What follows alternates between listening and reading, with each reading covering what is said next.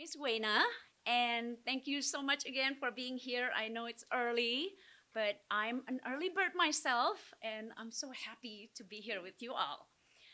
Well, today I would like to share with you all about the beauty and purpose of native plants, the journey of how I fell in love with them, and the three biggest lessons I work I have working with native plants that has been healing for me and also led me to my purpose.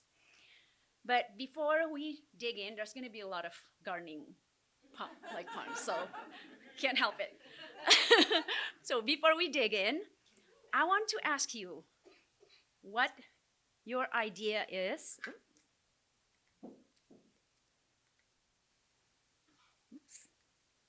What your idea is of a garden. Do you think about those beautiful gardens in sunset magazines with perfect lawn and manicured ornamental plants in perfect order?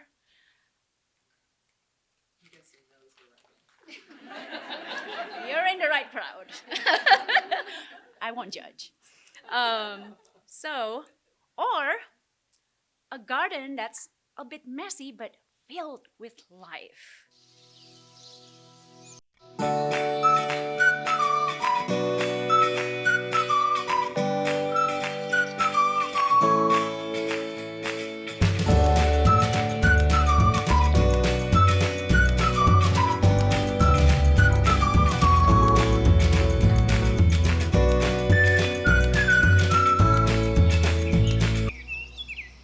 I love the sound of the birds. So, isn't that sweet? That clip is from my small educational habitat garden in Northeast Portland. Well, I like my garden because there's so much life in it.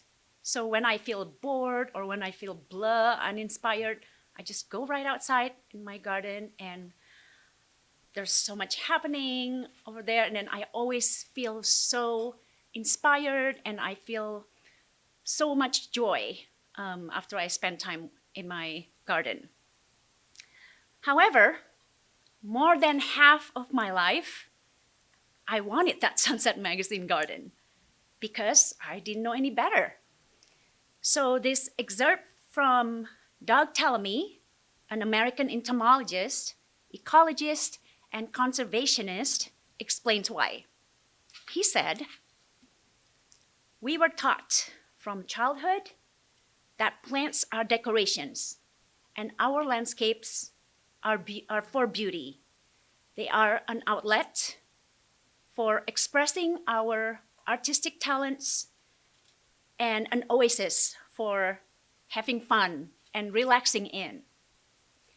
And whether we like it or not, the way we landscape our properties is taken by our neighbors as a statement of our wealth, our social status, and our willingness to follow cultural norms.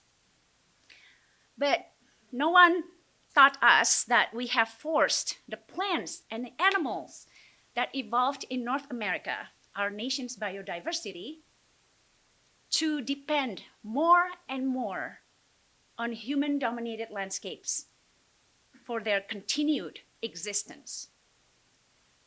We have always thought that biodiversity was happy somewhere out there, so separate, in somewhere out there in nature, in our local woodlot, or perhaps our state and national parks.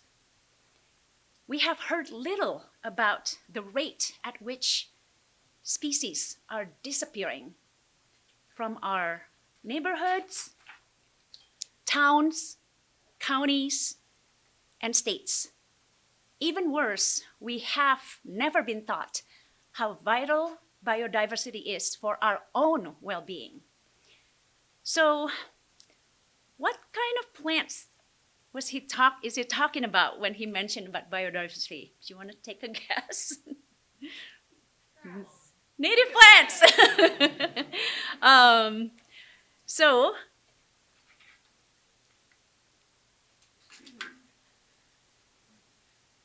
that is my house when I moved in. And I'm like, it's not going to happen under my watch. So that's the Sunset magazine that everyone knows about how to garden. And I transformed it into an educational habitat haven for our wildlife.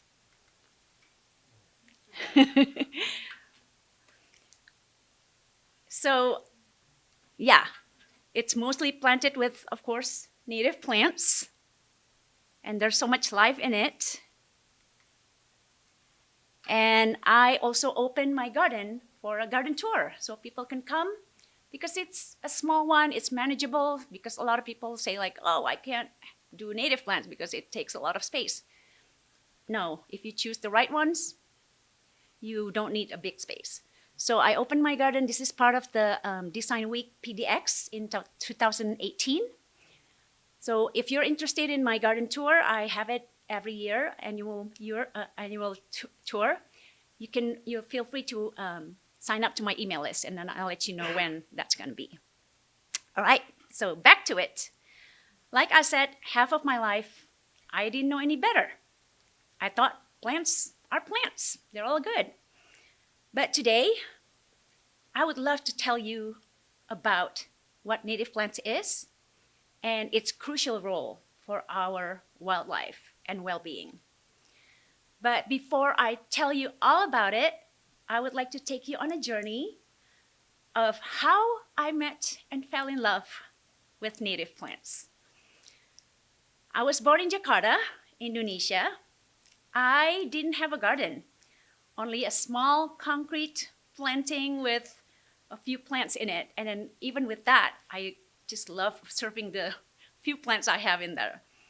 So since I was a little girl, growing up in a big city, I wasn't really exposed to nature. My parents are not the outdoorsy kind.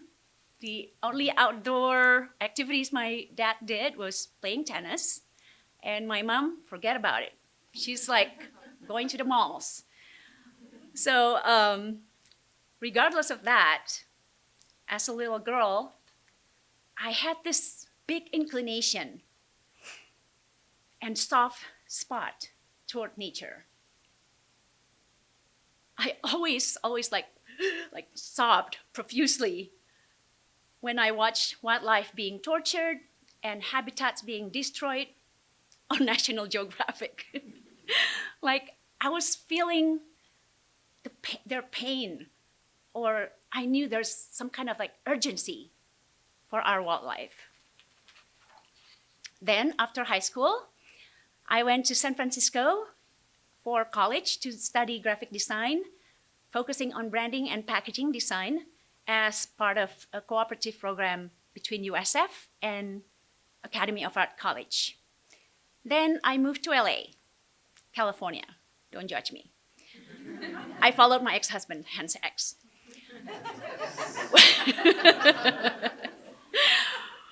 Where over there, I worked full-time at different graphic design studios for 18 years.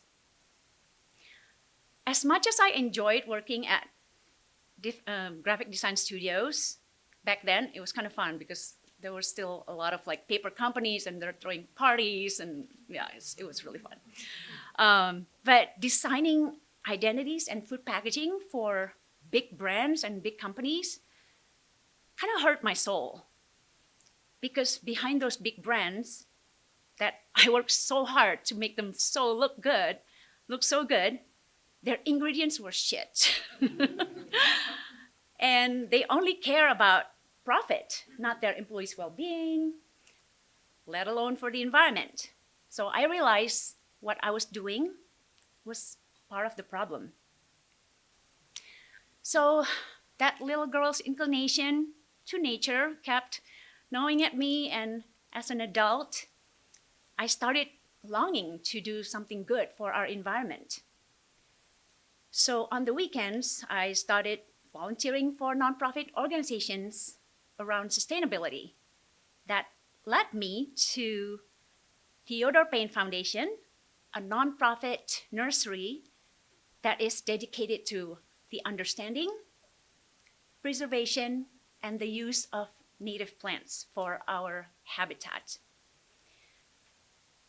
That's when I met and fell in love with native plants. It was love at first sight, or first smell, depending on what the plant was.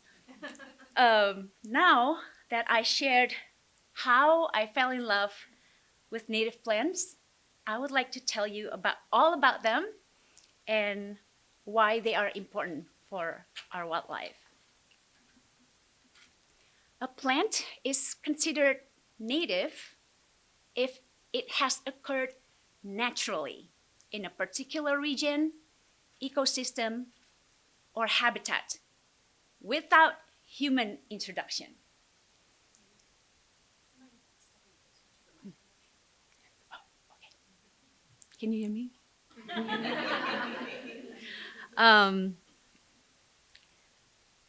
So yeah, a plant is considered native if it has occurred naturally in a particular region, ecosystem, or habitat without human introduction.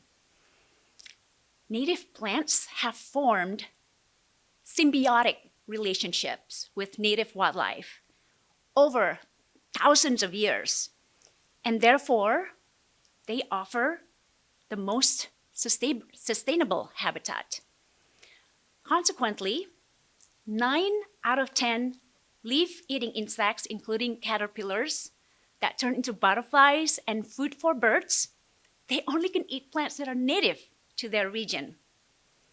For example, research by Doug Tallamy, the entomologist, shows that a native oak trees can support over 500 species of caterpillars, whereas ginkgos, a commonly planted landscape tree from Asia, host only 5 species of caterpillars, when it takes over 6,000 caterpillars to raise one brood of chickadees.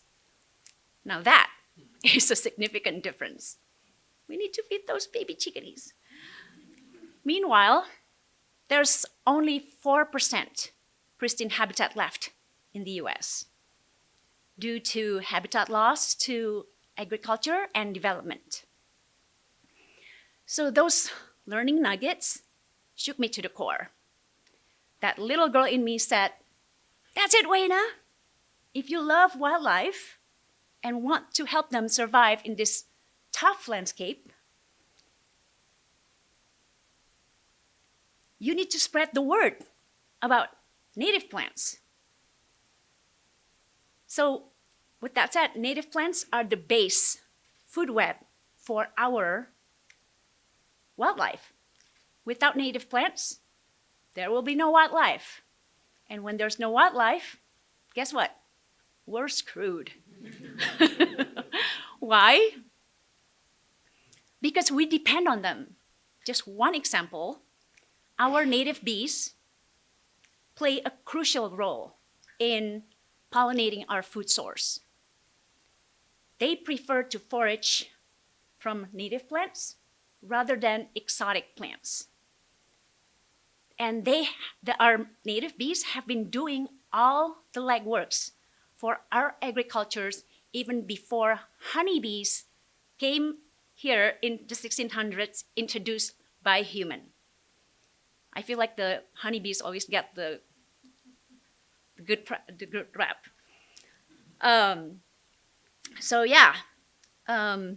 Our native mason bees are 120 times more effective than honeybees.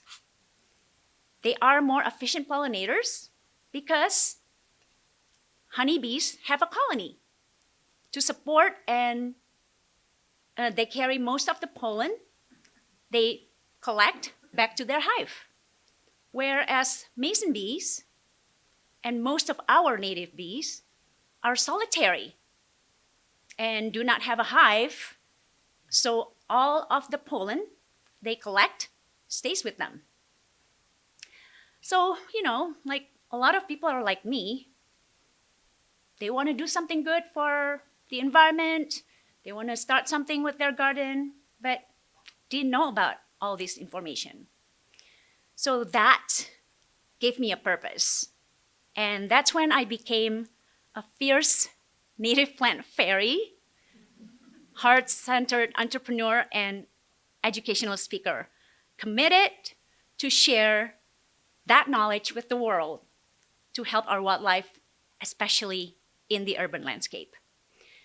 So I studied and took more classes about native plants and sustainability, and re-landscaped my garden in LA into an educational habitat haven that I was kind of proud of it because it was part of an interview with Jed Kim from OPB as part of the program Here and Now. So I was like, ooh, I had a crush on him. I was like, don't say anything stupid, don't say anything stupid. Do your research. And then you can read more about it also on my website. So during that period, I quit my full-time job as a graphic designer and started freelancing. But that's when I started dreaming about starting a company, integrating my graphic design skills with my passion of native plants. Meanwhile, working with native plants has been so healing for me on a deeper level. It made me look at my relationship with Mother Earth and my inner landscape. I believe that we are all naturally connected to nature, and we can live our life using nature's wisdom to guide us. There is a parallel journey between nature and our life. So, the three biggest lessons from working with native plants are honor, mess is necessary, and acceptance that leads to purpose. First up, honor.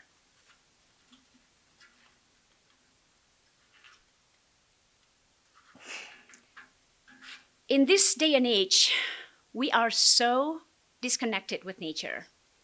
Humans are so reactive and controlling toward nature. We can learn from the indigenous community on how to coexist with nature. They work with nature, not over nature. There's a sense of mutual respect and honor to each other.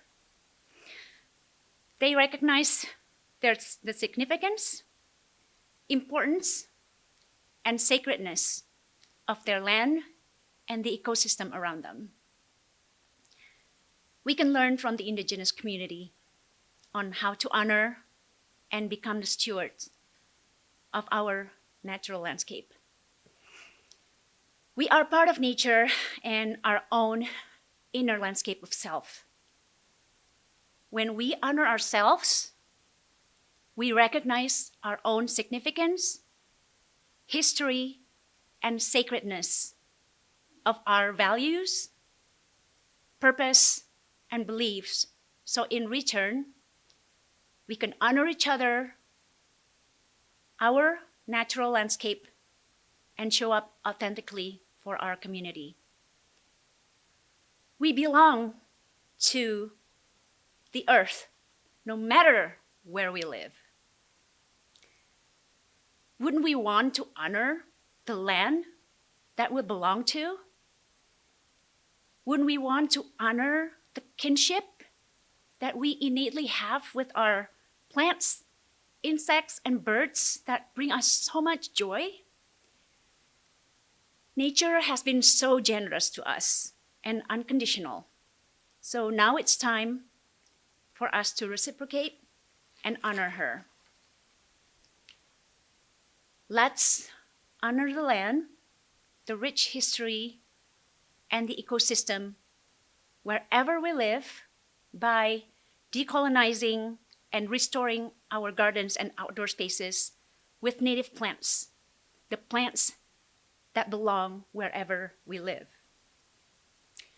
The second lesson, mess is necessary. So those are my friends in my garden. Our gardening world has been heavily influenced by the European aesthetic and mindset in which our garden is supposed to look manicured and perfect all the freaking time. Aesthetic over ecology. Working with native plants is teaching me to garden from an ecological standpoint, which means trying to mimic their natural habitat. Nature doesn't have a gardener to pick up the leaves and prune the dead stems.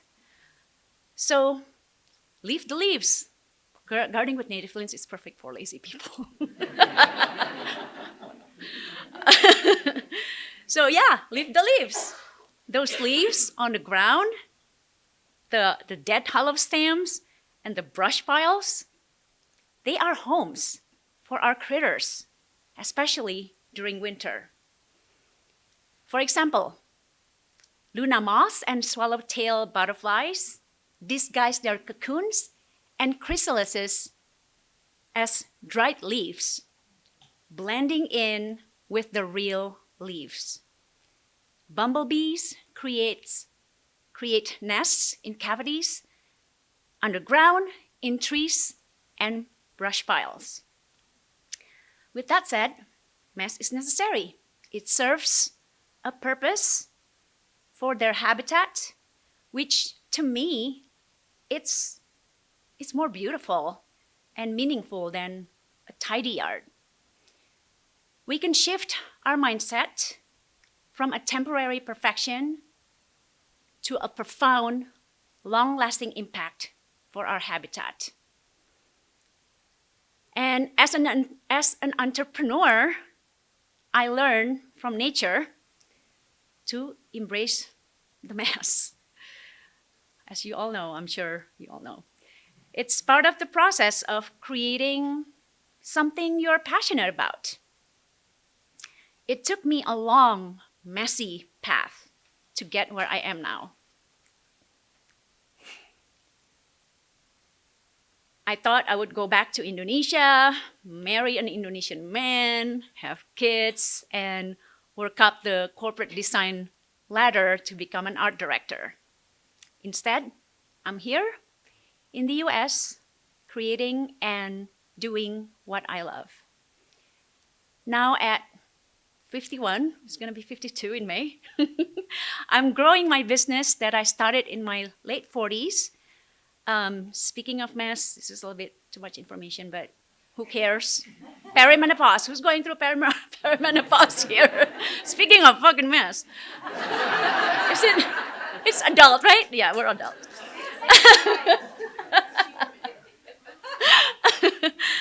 So, yeah, good times. So yeah, started my business. And right now I'm still freelancing, designing a logo for Native Plant Society of Oregon for their Portland chapter, having 2 part-time jobs at nonprofit organizations that I believe in. One of them is the Backyard Habitat Certification Program, and the other one is Craig Law Center. It's a nonprofit legal aid for the environment. So, on the side note, speaking of age, I just want to share with you, you're never too old to start anything or do whatever you love. Agree with that? Yeah, that's right. So it is like the dead leaves on the ground. I learned to embrace the mess and trust where the mess is taking me. And from the mess, a new idea or new life emerges. Mess is necessary. Last but not least, acceptance that leads to purpose. This is the most important lesson that I receive from working with native plants as my teacher. native plants taught me to accept where they're from and their purpose to our wildlife and well-being, which also teaches me a deeper inner acceptance and understanding of who I am, where I came from, including my family of origin wounds, and the not-so-straight journey to find my purpose. It's amazing to think back that my purpose started when I was really young, having a deep yearning to connect with nature through observing the few plants I had in that little concrete planters and through watching National Geographic.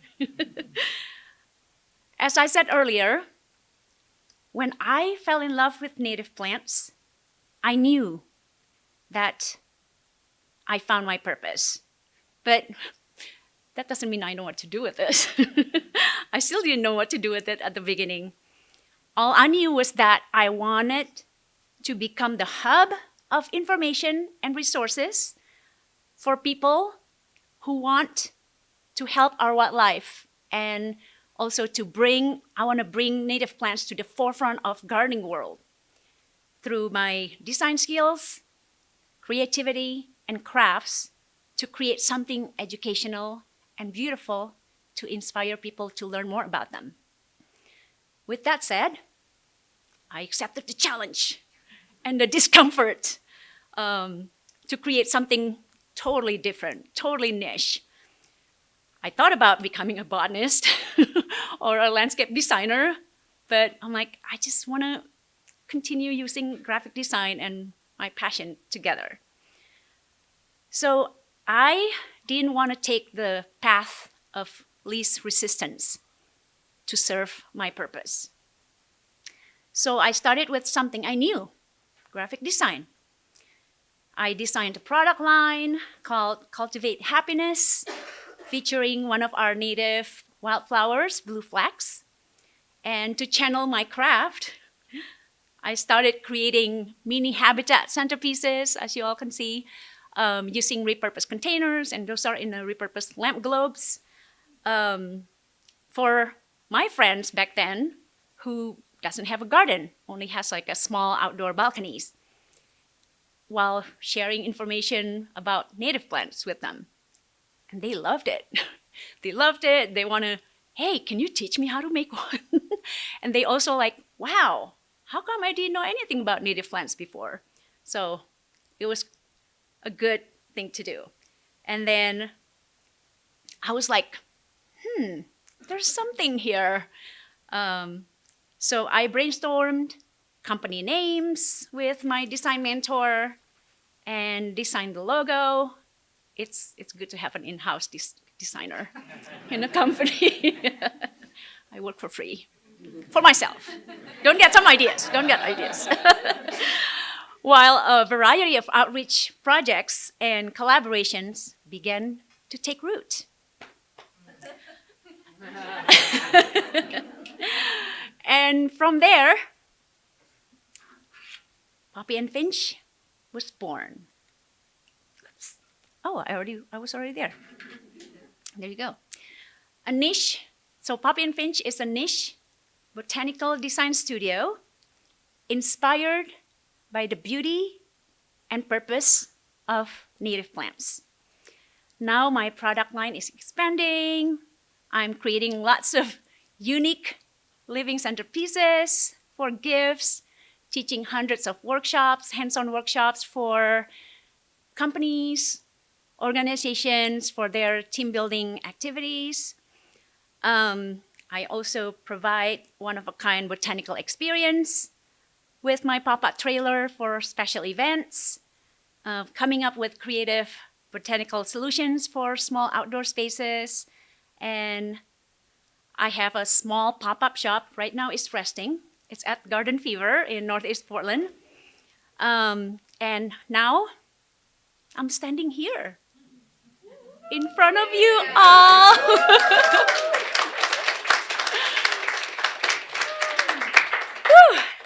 Now I'm here standing in front of you, all creative and beautiful humans, speaking as an educational speaker and a fierce native plant fairy. Working with native plants inspires me to become like them, purposeful, versatile, and resilient.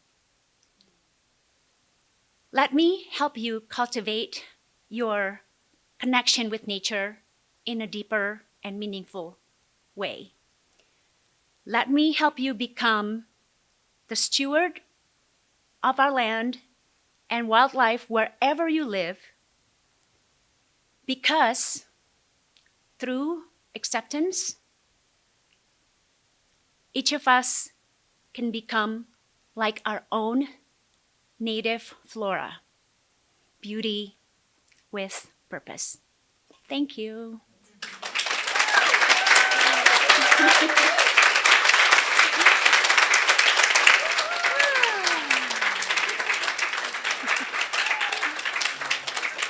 Yeah. There's time for questions.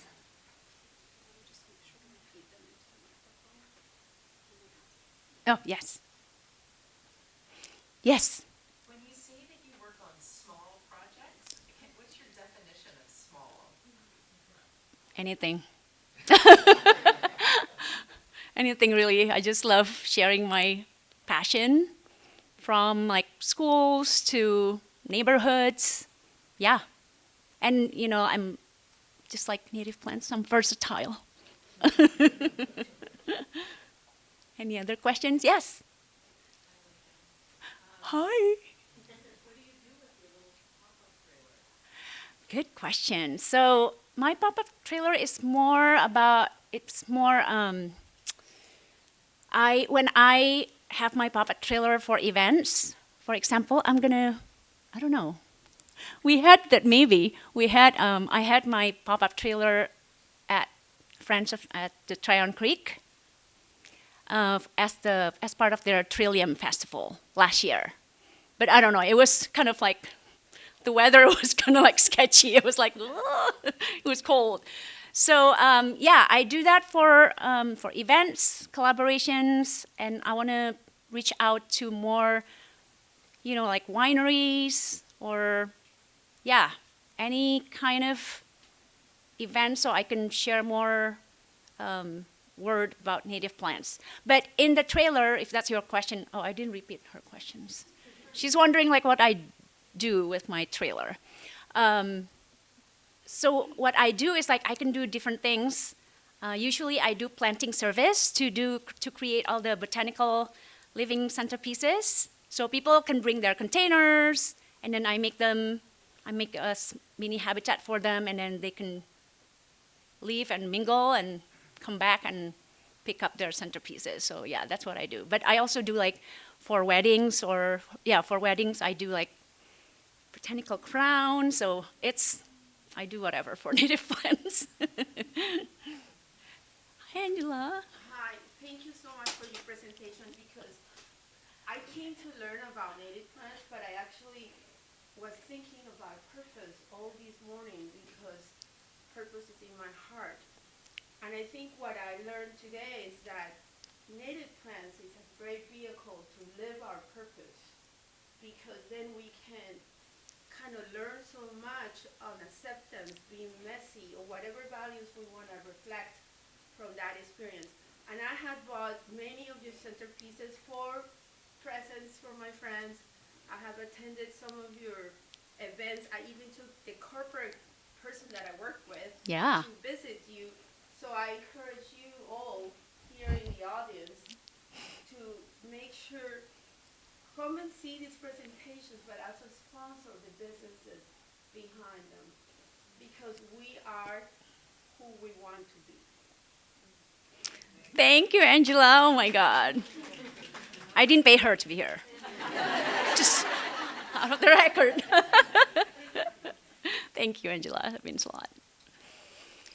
Yeah. Your ambition is to influence us all, inspire us all. So where would you, from your advice, what would be your advice for how we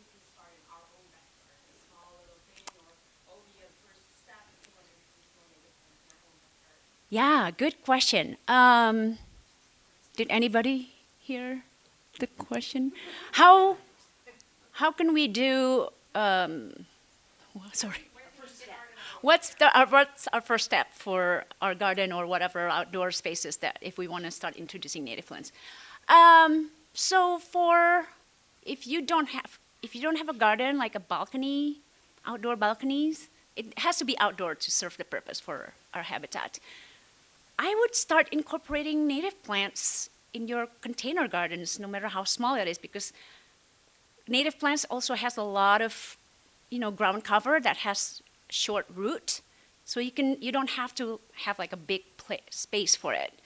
Um, but the first step, maybe do the research, because I tested going to the generic nurseries, and I was like asking them like, oh, where is your native plant section? And they're like, oh, right here. And they took me to a drought tolerant section, and I saw like kangaroo paw, from Australia. So I'm like, okay, noted. That's why also, speaking of that, we are all a power, consumer has power. So if you want to talk to your local, you know, whatever shop that carries plants for outdoor, just start planting the seeds again. Start planting the seeds, just like say, hey, do you know about native plants? We really need that especially in our urban landscape. So just planting the seeds or like drop, like a flyer or something. So I have like a booklet on that table that's from the Metro.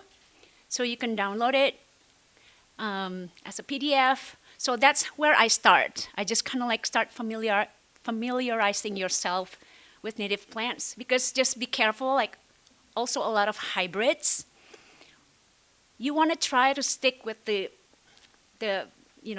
not the hybrids, the actual species, the native species. So yeah, just learn from learning about them more and ask questions. And backyard habitat certification program. So I'm their outreach technician. Go to their website. They have so much resources, and it's amazing. And if you need like and starting a garden, you can contact Backyard Habitat. They will come to you and help you to come up with the next step. So, and then I think a lot of people think like you have to have something to become part of the program. Don't waste your time. Don't waste your money. Just sign up, and then they'll come to your garden and assess your garden. Yeah. Yes. Can you speak to kind of the reconciliation of gardening for food cultivation and native plants and what that looks like? Yeah. So what's the reconciliation of like gardening for food and native plants? Good point. So if you're into food gardening, some native plants are also edible. And if you have native plants surrounds your edible garden, guess what? Like I said earlier, the native bees will come, and they're more efficient pollinators for your food garden. So it's always, it's about just like working together, right? Yeah. Any other questions?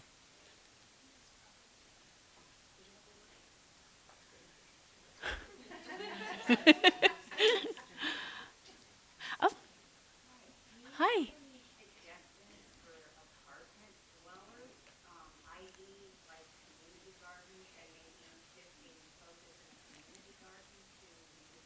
Yes. So either me or the Backyard Habitat Certification, we come to communities, like different communities, like apartment buildings. Again, if you live in an apartment, talk to your, the property management or whatever. Just say like, hey, do you want to save money? That always gets it. Do you want to save money? These native plants are great. They're low maintenance, and then and you're also becoming the pathfinder for the trailblazer for the industry, because a lot of apartments they're LEED certified. All the the woods that they use, they're like repurposed, but they actually oversight the actual green space by planting ornamental plants. So yeah, I will, like either me or the Backyard Habitat Certification, we can come to your community to do like an educational talk and then educate you, and then so it's just kind of like inspiring people. But it's just all about education. That's what I do. Yeah. Oh, okay. All right. Thanks, everyone.